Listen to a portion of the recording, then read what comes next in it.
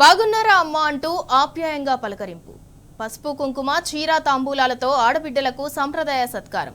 తన ఇంటికి వచ్చిన అతిథులకు ఆత్మీయ స్వాగతం. ఇవన్నీ ఎర్రవెల్లిలోని కేసీఆర్ నివాసంలో కనిపించిన హృద్యమైన దృశ్యాలు. తనను కలిసేందుకు వచ్చిన రాష్ట్ర మహిళా మంత్రులకు కేసీఆర్ సాదర స్వాగతం పలికి ఆడబిడ్డలకు ఆత్మీయ సత్కారం అందించారు. అతిథి మర్యాదలతో వారిని గౌరవించారు. రాష్ట్ర మహిళా మంత్రులు కొండా సురేఖ, సీతక్క ఎర్రవెల్లి నివాసంలో బీఆర్ఎస్ అధినేత ప్రధాన ప్రతిపక్ష నేత కేసీఆర్ ను మర్యాదపూర్వకంగా కలిశారు. తన ఇంటికి వచ్చిన అతిథులకు కేసీఆర్ సాదర ఆహ్వానం పలికారు. వారిని గౌరవించి సత్కరించారు. సార్లమ్మ జాతర ప్రారంభం కానున్న సందర్భంగా జాతరను సందర్శించాల్సిందిగా మంత్రులు కేసీఆర్ ను కోరారు. ప్రభుత్వం తరపున ఆహ్వానం పలికారు. కేసీఆర్ కు శాలువా కప్పి సత్కరించి ఆహ్వాన పత్రికను అందజేశారు.